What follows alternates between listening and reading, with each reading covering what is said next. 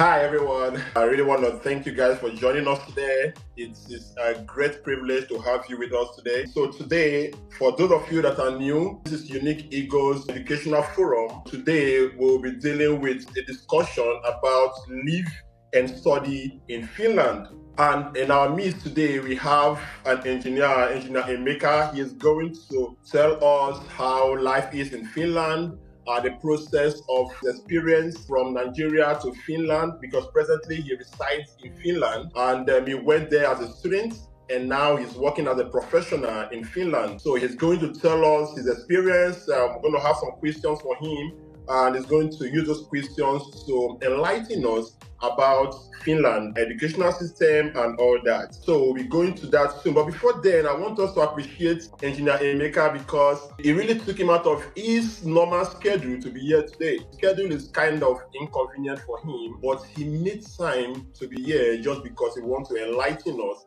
about Finland. And I want you to help me appreciate him for this kind gesture and for this help he gave to us. I really want us to thank you. Thank you so much, Engineer Emeka. Thank you. Yeah, so Thanks. I can see, some of you are here already. Good evening, Emmanuel. I can see Rita. Good evening, and Jonathan. Yeah, all right.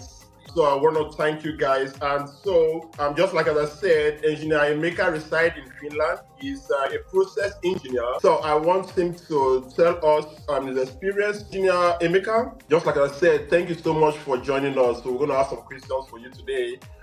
So we want to learn more about Finland. So many of us have the plans, and some of us have the kind of like want to study in Finland, and so many of us want to also live in Finland. But we don't really know some things about Finland. So that is why we want to ask you some questions so you can help us and answer those questions. And for those of us in the comment section, please, any question we have will be after we finish discussing with him. So then if you have any further question, we can follow up with that. All right, so let's get into it. Engineer Emeka, research shows that Finland is known as kind of like one of the best educational system in the world. Like, we've heard about Finland a lot. The educational system is awesome, it's great.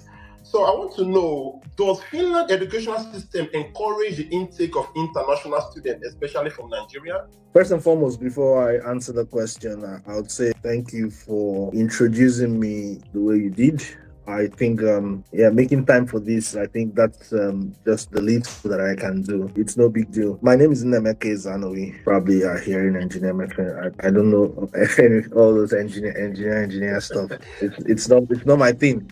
But Nnemeka is my name. Nnemeka Zanowi. You have asked, does Finland encourage the intake of international students? I would start like this, that the educational system in Finland is the best in the world, as they say from research. But this is basically from, I would say, high school and below. Because if we want to take Times Higher Education ratings, I don't think any university in Finland is, say, top 50, right? Or say top 100. But yeah, from high school and below, they have very good educational structure, top educational standard. But coming to the major question here, which is that does Finland encourage intake of international students? I would say yes. Finland encourages the intake of internationals, whether from Nigeria or from Africa or from any part of the world. They encourage the intake of students even from vocational studies, liken it to Nigeria. You know that at some point when some people are writing WAEC,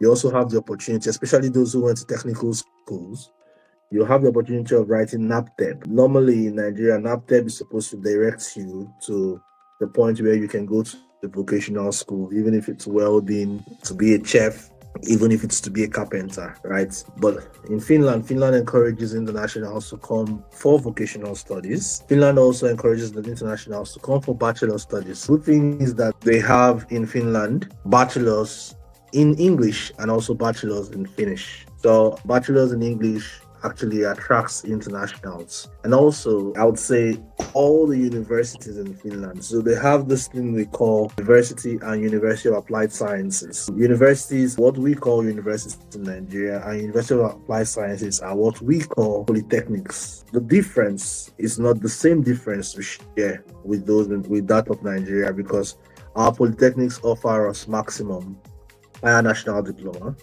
Whereas in Finland, the University of Applied Sciences can offer you a bachelor degree or a master degree, but it's more technical and actually more practical, as the universities are more research focused and less practical. In summary, from vocational school upwards, even if you want to go to high school, as the case may be, you could go to an what they call international baccalaureate. So people go to IB, and it depends on how you come to Finland, when you come to Finland, and how you want to migrate to Finland. But majorly from vocational school to the university, Finland encourages inflow of internationals. Great, great, great. Thank you so very much. Like, you really cut out a lot of my questions already. So this is going to be faster than I thought. And so, but I also want to know, because you mentioned some people can come in as bachelors and some can come in as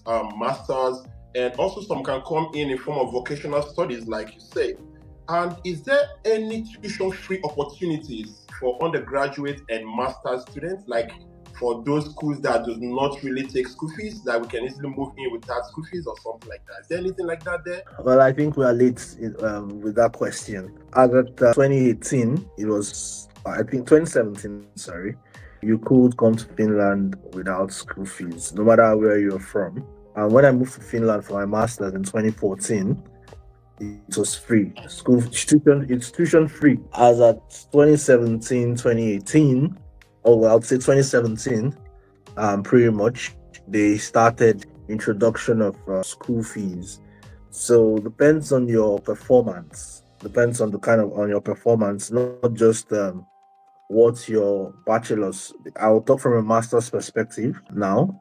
Depends on what your bachelor's look like. Depends on what your statement of purpose looks like, and what your IELTS or TOEFL score look like, because these were the key parameters. Well, and some departments used to have interview, or they still do have interviews. Now, depends on what you're grading from all of these combined. You had the opportunity to get either full tuition scholarship or part tuition scholarship. But at the moment, right now, there's still that possibility, but the funding for that possibility has reduced, which means that it's now highly competitive. And because it's highly competitive, you don't have, like, people do not really get that opportunity anymore unless they have very good grades, very good interviews, and all. Then they can have full tuition scholarship. For some people, they don't even, okay, you could get, it's also easy to get like 25% slash in tuition fees, right? And I think I should focus more on today and not what it used to be. I'll focus more on today.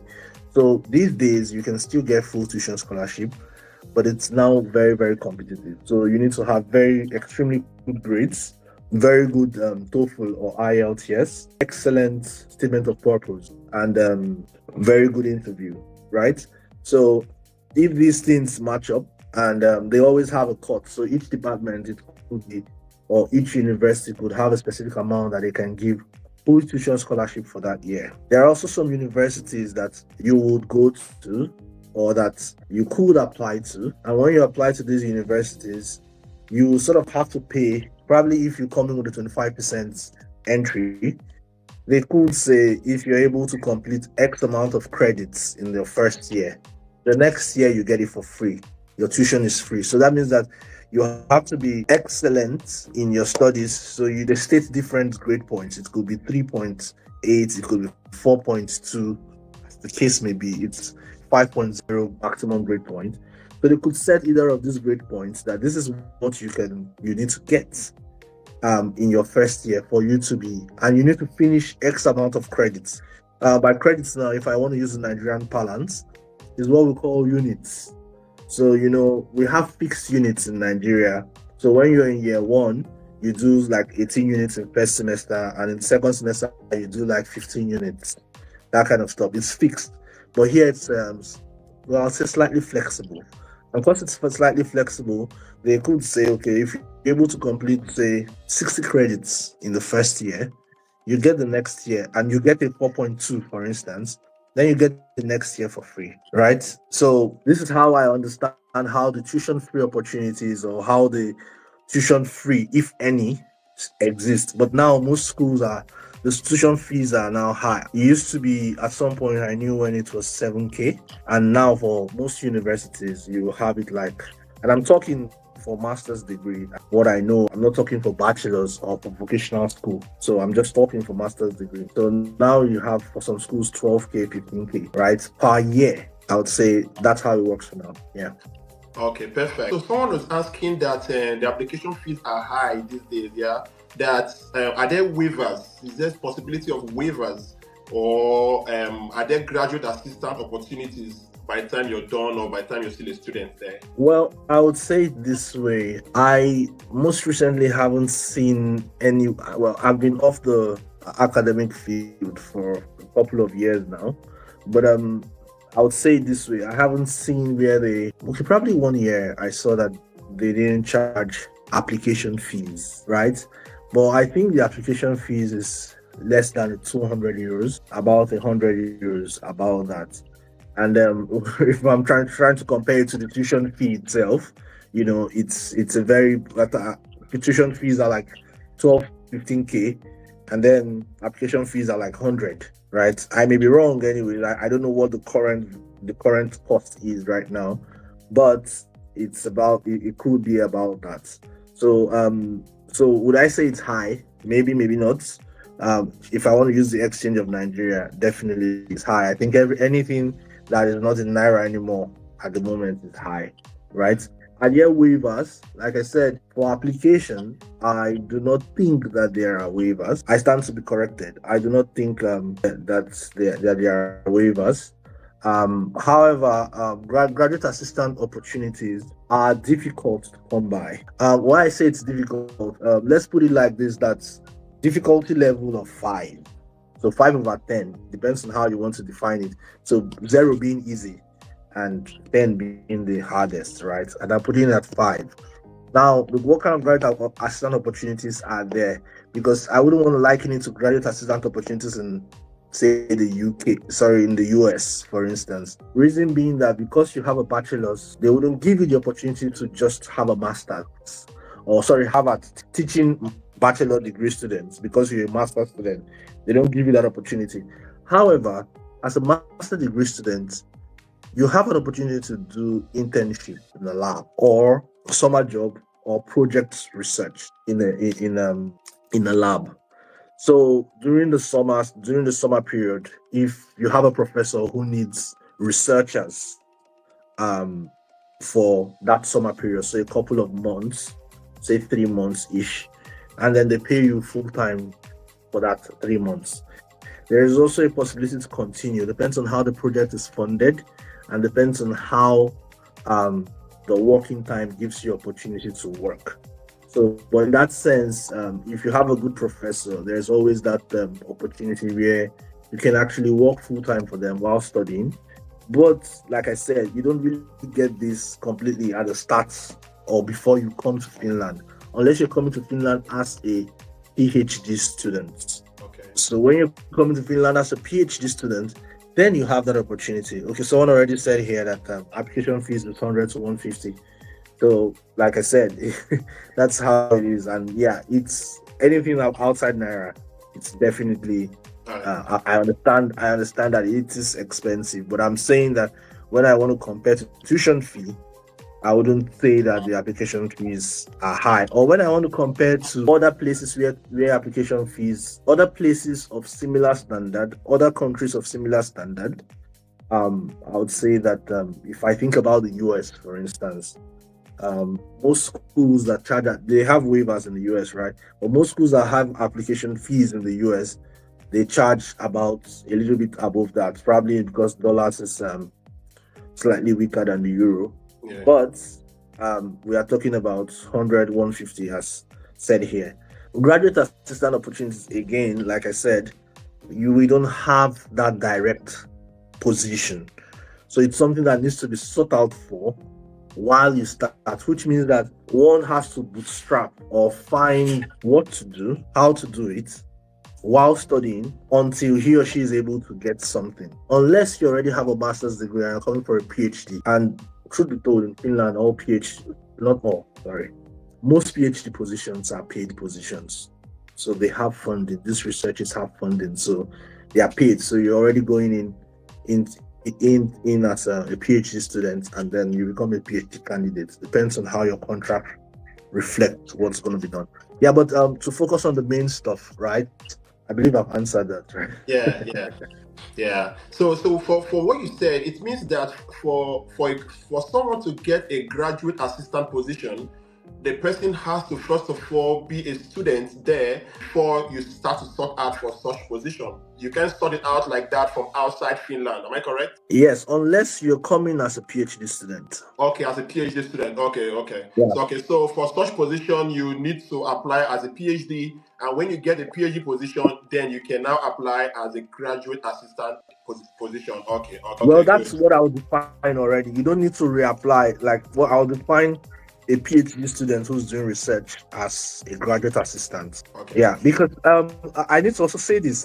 When I arrived here, I saw myself as a graduate, right? Because I had a bachelor's degree from Federal University of Technology, Owerri, Kuto. I had a Bachelor of Engineering degree. When I came, there was a scholarship. There was like a funding from the university's foundation at the time, and they said undergraduates could apply. Now, undergraduates that they meant was people who have not received their masters or their bachelors.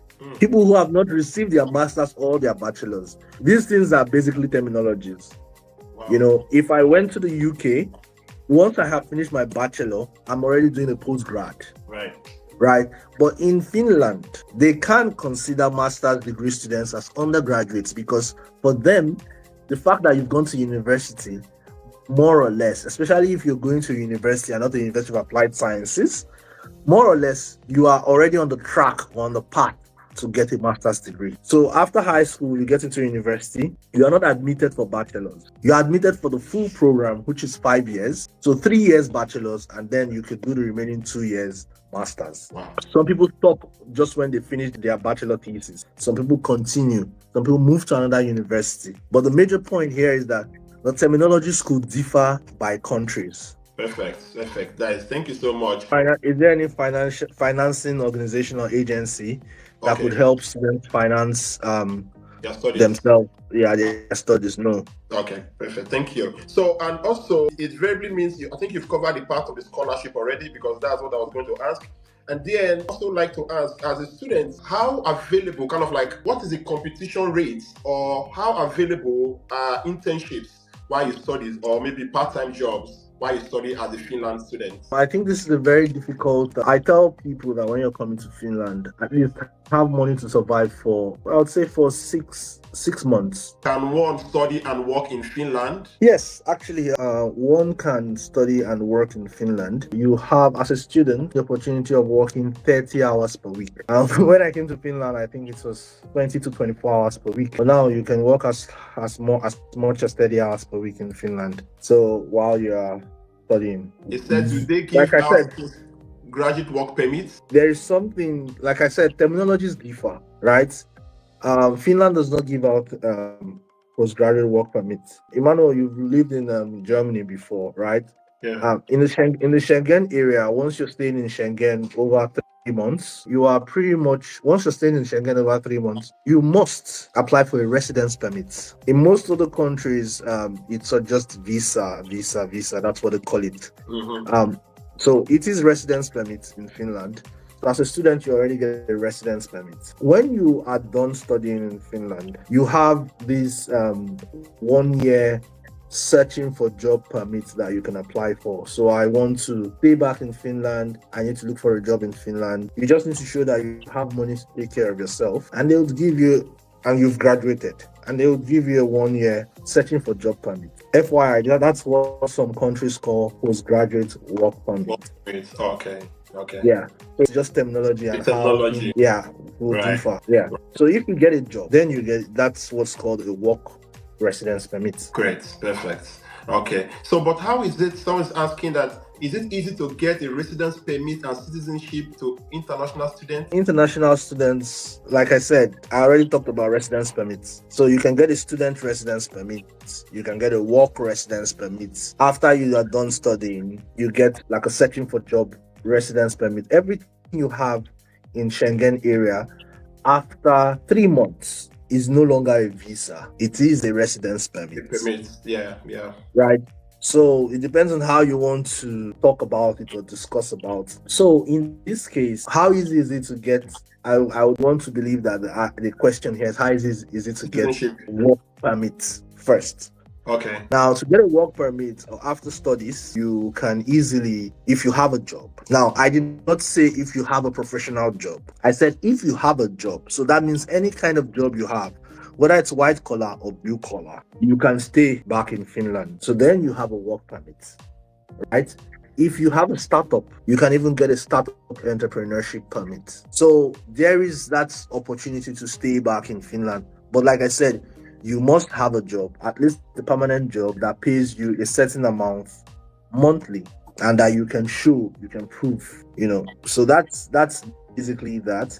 About citizenship, I think I'm not sure this is the right platform for this, Right. but I'll put it this way for citizenship. As a student, you need to consider the years you spend as a student as 50% of actual years in Finland. So if I spend 4 years as a student in Finland, if I spend 4 years on students' residence permits or study residence permits, as the case may be, consider that as 2 years. So that's 50% of the time. Normally, for you to get citizenship in Finland, it means that you have stayed 4 years on what is called work permit, which means that as a student, you can count your number of years into half and then you have like 2 more years. Whereas if you come as probably I would say as a spouse or as expat, or you got a job directly from Nigeria, you can stay in Finland. You can actually you have to live in Finland for 5 years, right? On work permits. It's 4 years, but depends on how they count it. It could be 5 years on work permit for you to get citizenship. Now, most recently, the laws are changing that you now have to have resided in Finland for 8 years. But now all these things I mentioned are just timelines, but that's not the only criteria for you to get a citizenship.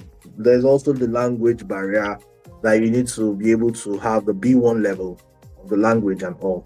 But it's all this. It's a process. I believe the focus here is for us to start from how to get in as a student, and it truly in Nigeria, that's or I would say for Finland, the easiest way to come to Finland is as a student.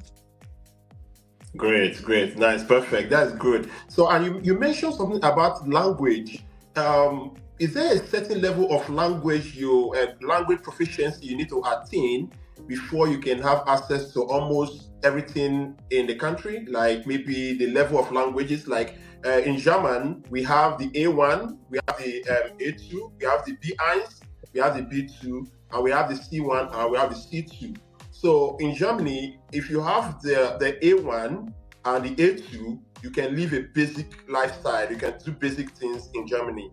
And then if you're going to become a professional, you need to attain the B1. Okay, so B1 and B2 and above, that is what gives you access to professional level of jobs and all that. So is it the same with Finland? I would put it like this: yes and no. You can move to Finland as a student and you know nothing about Finnish because you've already been told that your course is going to be taught in English and it's going to work for you. But within the university, you can learn a little bit of Finnish or you take Finnish language as a course. Now, that is not sufficient, and I'm not sure it takes you up to A2. But like I said earlier, if you want to get the citizenship B1 level, now the problem here is that whether you have a B1 level or how you have a B1 level, your language strength might not be proficient enough for the labor market, which means that most companies would want people who speak Finnish. I'm not proud to say, but I do not speak Finnish. If people ask me, I say I speak little, and I've lived here for about 10 years. And unfortunately, I'm still not able to speak good Finnish or good conversational Finnish. Was that a barrier Yes, it was a big barrier. I've seen jobs or I've been to interviews where I could bet my life that these people wanted me. I've actually had one that I was also referred to, and the guy was really impressed with my interview. And the guy was like, "Yeah, yeah, you're a really good candidate. However, the people that you're working with or the technicians on site are people who, some of them may speak English, but they would prefer to converse in Finnish." And I would want to guess that this is partly why I did not get the job, right? And I would have loved to work there. I still would love to work there, right? But it is what it is. And I would say that's my own loss. And people have different, I would say, different strengths as to how they learn languages and Language, how they yeah, actually relate that's true. languages. Yeah. You're Well, right. the Finns say that their language is very difficult, but I think that's what they have used unknowingly to block the minds of a lot of persons. Because, when someone tells you that the injection is very painful, you're already scared of the injection before it even comes into you. So, and it's that thing that when they say Finnish is difficult, you're already scared of, oh, what a difficult language. And then it doesn't give you room to assimilate the language. Well, also, it is difficult on its own, but it also takes time, dedication, and commitment Yeah, to for get one to be able to learn the language. Yeah, that. but language is also a key factor for you to easily get a job in Finland. Wow, perfect, awesome. So, what are the challenges international students commonly face when while transiting as a student to work life over there in Finland? I would say two things, especially from people from third world countries. How do they call it these days? Developing countries like Nigeria. Part of the challenges that we face is like one, and people that are coming to Finland, they not to get money. If I'll put it like that, right? We are not from the richest lots in Nigeria because the richest lots, you already know where they go to, Yeah, right? So coming to Finland is okay. Yeah, no, just go hustle for that side. right, Because of that, after studies, you want to make enough or you want to make money or have a job that pays you enough for you to renew your permit. Your permit has to be renewed, like I said, from students to searching for job, which means that you need to show that you have enough money to take care of yourself while searching for a job. And then when you find a job, you can now switch to a full work permit. So the main challenge is having finance to do other stuff. What is the other stuff? Sorry. In Finland there is an integration system where when you come to Finland, they can, if you are been in Finland for less than 2 years, they can send you to the school to learn Finnish for free. It's an integration program, right? And for some people, they take this very seriously. So when they graduate, right, and they finish the period of searching for job, or while doing the searching for job, they are doing manual jobs, blue collar jobs. So with the blue collar jobs, they move to the work permit. So they hold their work permit, which sometimes come as 1+4 or just straight up 4 years, right?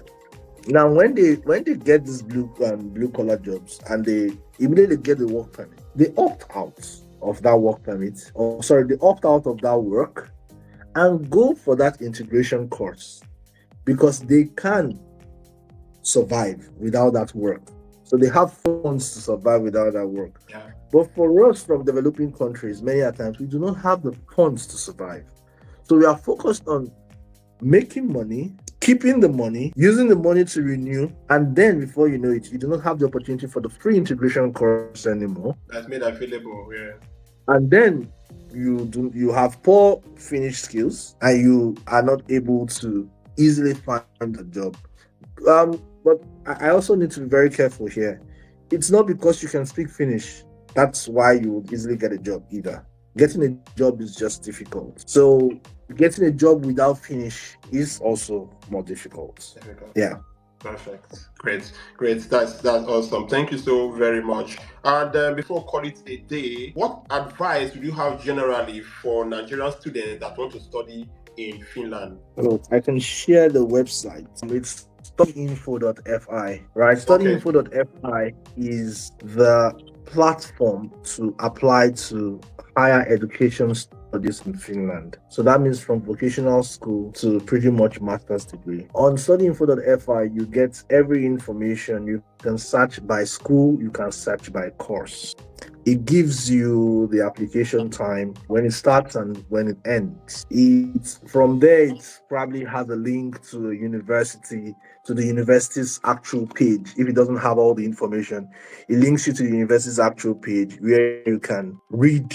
So as someone who's thinking of coming to Finland, first you need to read what's on the website. Practically 99% of the time, all the information you need is on the website. All the ways that you need to proceed to make an excellent application is on the website.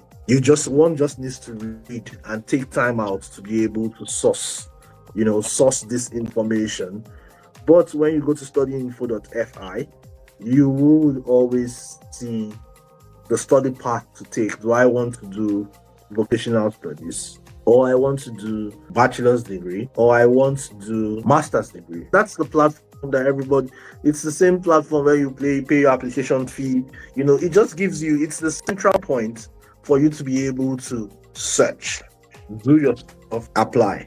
So my major advice for people is that, or people who are interested, is that they need to read, they need to be committed to the course. You need to commit that this is what I want to do. I understand that finances are difficult, but whilst one is trying to put his finances together, because now these days they've also increased the living expense in Finland.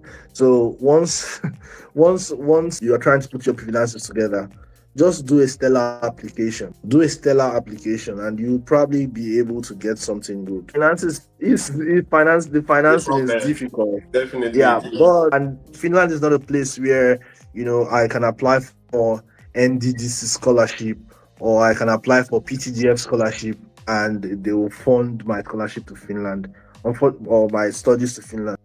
Probably not. But I'm not sure that I know of any Nigerian-based company or platform that would sponsor people to study in Finland. There may be, but I'm not aware of any. But at the end of the day, what is also important is be committed. Like, I want to do this. I will be able to search for this, that, right? Because one is able to search for this, and like everything is on the internet, really. It just takes one to dig. Check it out. Yeah, and search it out, and you have the information that you need. Perfect. This now brought this to my mind. It just clicked in my head right now. So, is it possible, like for instance, like we're talking about finance? Now, what if, like, as a Nigerian student, I just graduated, right? Is there like a requirement in the, okay, how will I put it this way?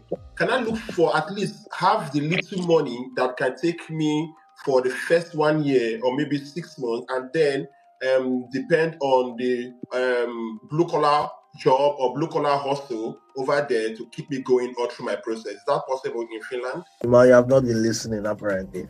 Like I said, when you graduate from in Finland, there is that 1 year searching for job permit that you get. No, I mean in Nigeria, like you're moving to from Nigeria to Finland. Let's say the whole money you need is, let's say, 100%, and you don't have 100%. Is it possible, like if I have like 10%, for instance, I find my way in Finland, and then the first 1 year, or let's say first 6 months, I fund myself, but then I look for menial jobs and those kind of part-time jobs, and survive with those, manage myself with it, keep going until I graduate finally? Is that possible? Yeah, that's possible. Okay, in this point, I take back my words. I was the one who was not listening to your question properly. Yes, it's possible, but first, the immigration needs to understand that you have all the money. They are not letting you in by a beg. So there used to be a time when you have to renew your study permit yearly. So think about it, that you need to renew every year. It means that you need to show, at the time, 6,720 euros per year, which is about 560 euros per month. You now have to show, I think it's about 700 euros per month, which is about 8,400 euros annually. Good thing is that they've changed legislation a little bit, that when you apply for study permits, they give you for the full duration. So if you have 8,400, that is you having 8,400 euros to show for that 1 year. But if your course is 2 years, they give you a permit, study permit for that 2 years. If your course is 4 years, they give you a study permit for that 3 or 4 years, as the case may be. Now, let's assume that your course is 2 years, right? And you're able to show 8,400. But permit me to say, legit, you don't have that money complete, right? If you come into Finland, yes, you can look for blue collar jobs. Yes, if you want to renew your permit for any reason, or for the fact that you are moving to searching for job permits, but you have a blue collar job which is sustaining you, the blue collar job has to pay you a certain amount. About, if I recall clearly, it's about 1,200 to 1,400 euros monthly, and then you can actually use that job to stay. I hope I answered the question. Yes, I get that. Thank you so very much. I think that is all I have. We just want to thank. Doesn't like me calling him engineer, but I just can't help myself. So pardon me, engineer maker. I have to use what I'm used to. You're an engineer. You're in Nigeria. You study chemical engineering and then move down to Finland. So as far as I'm concerned, you're an engineer. And what you're doing now, working over there, is also engineering. So that's what you don't like being called that way. Yes, I understand your humility, but pardon me. Okay, so I want to thank you so much, Engineer Maker. And I can see from the comment section, I think we are good. We've had all our questions being answered.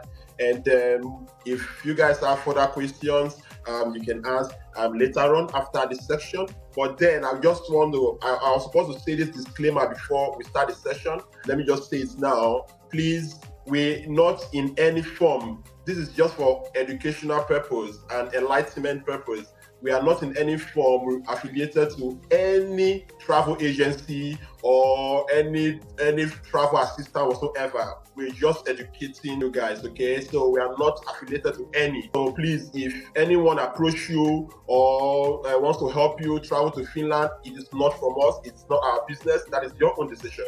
Okay, so please, I just want to make that clear. This is for educational purpose. All right. Thank you so very much, guys. And Engineer Maker, I want to appreciate you for joining us.